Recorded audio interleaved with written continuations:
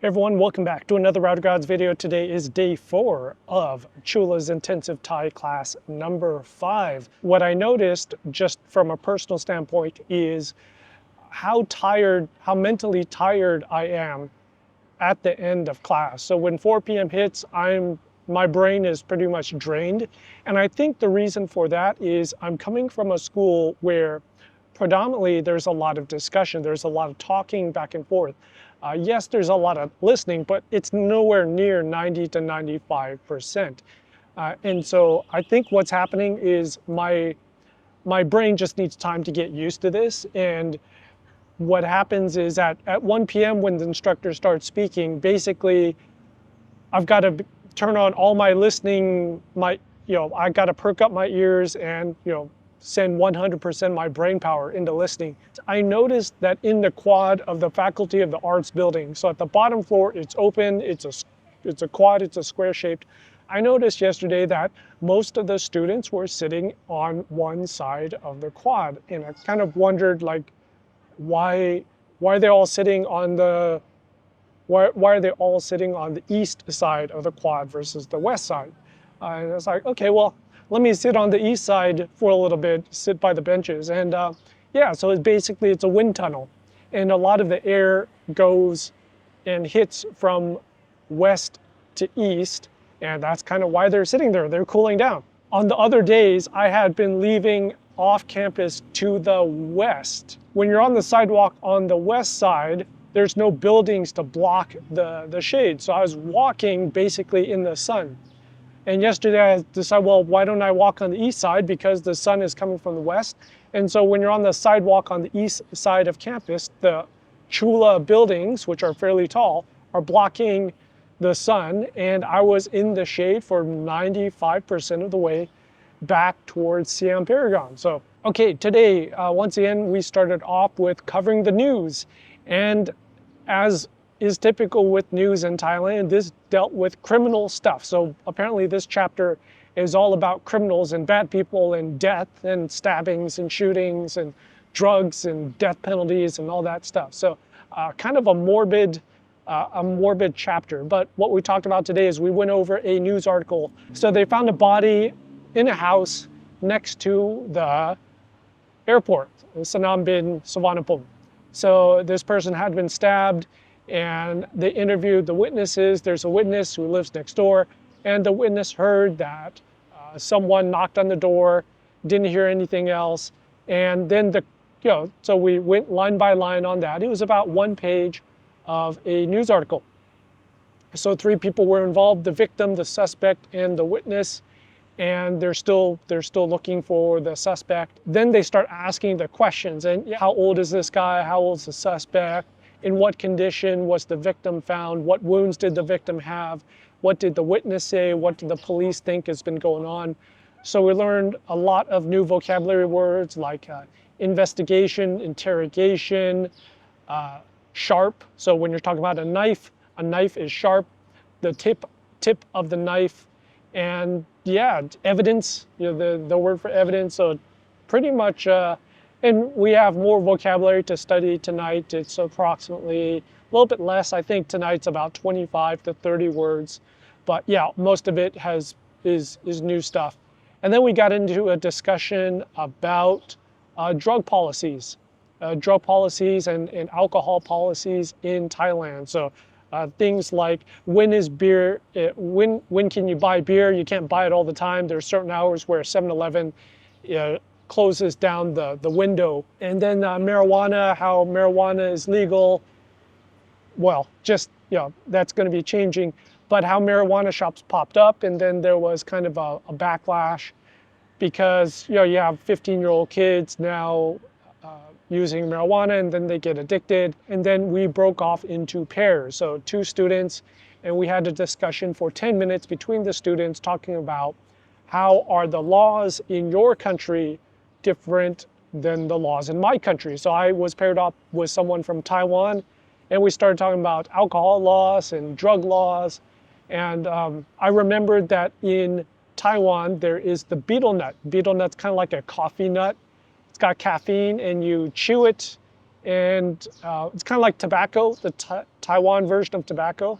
And the way they sell this is there are stores along the side of the road which have neon lights and very pretty, scantily clad women, and that's how they sell it because your eyes lock on.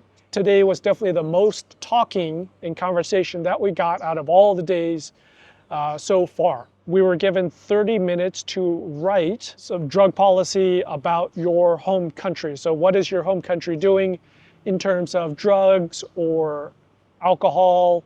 What campaigns are they doing? And we were prohibited from looking up anything in the dictionary. We were prohibited from looking at our mobile phone.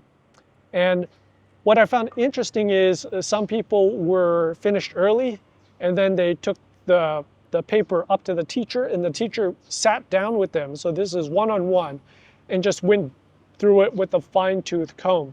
You know, the difference is in what you're allowed to get away with here at Chula versus, let's say, Duke. At Duke, I would have gotten away with a lot of sentences. Like even if I misuse a verb versus an adjective, or I need a certain particle, Tom Hai needs this, or doesn't need this, or this piece of grammar doesn't need this, I would have gotten away with it at Duke. They would have said, okay, yeah, I understand what you're trying to say. It's not exact, but you're cool, right? Here at Chula, it's got to be exact. I mean, it's got to be like, you forgot the two words, you misused this piece of grammar because that's a adjective instead of a verb. And they hit you on that. I mean, they're nice about it, but they let you know that you messed up. Also, on the writing part, I got pulled aside. I got pulled aside today after I handed in my little writing piece, and he basically said, "Your speaking is good," which I expected. It's like on your writing, basically what you need to do is keep writing the words that you have problems with and learn all the exceptions. So all the words that come from different countries have exceptions, aren't spelled the Bokati, the normal way. And then you just have to write those like 10 times, 50 times, or however, just to burn it in. And I knew that coming in. So one of the big reasons why I'm here at Chula is it has the reputation for being exact on the writing, for being exact on the grammar, for having higher level grammar rules. And my weakness at Duke was writing. I hate writing because I can't remember the tone rules. I can't remember which letter needs the garan. There's like all these exceptions, and basically at Duke, I really concentrated on the speaking and the reading, and I slacked off on my writing. So my writing is weak. And so here at Chula, they x-rayed in on that, like, okay, we see what your problem is. Your problem isn't speaking. I have had 3 different instructors so far. So on the first day, I had one instructor, instructor 1. And then on the second and third day, I had instructor 2. And then today on the 4th day, I had instructor number 3. So I don't know if that is, I think that the different instructors are getting sick and they're just rotating in substitutes. I think that's what's happening. It's not that big of a deal because so far all the instructors have been great. But in terms of continuity, it is a little strange. You kind of want one instructor to stick with you to the end. I would say it's a minor inconvenience. It's not that big of a deal. As always, if you have questions or comments, put them in the comments section below. I'm trying to remember the comments that I got from yesterday's video. Oh, there's one comment about, there's 40 words a day is a lot. Is there a way of getting the list of words beforehand? No, you get the book after you pay, and there would be no way of them, I'm pretty sure they wouldn't send you the book even if you paid. So it's one of those things. I think it's a rite of passage just to make you go through this and force you to study for several hours a day of vocabulary and the homework. They upload it to Google Classroom, and you don't get the Google Classroom access until after the first day of class. So, and then the second comment I got was a long one saying, there's a difference between learning a word and quote unquote learning a word, and that is true. I mean, how much can you really how much can you really learn if you're forced to do 40 words a day? Yeah, it's a fair point. It's a fair point. But I think this is one of the things where it's the 80-20 rule. It doesn't need to be perfect. You know, if school wants you to learn 40 and you actually learn 20 to 30, that's good enough. It doesn't have to be you need to learn 40 and you must learn all 40 to a perfect degree. I don't think they're expecting that. That's their aspirational goal.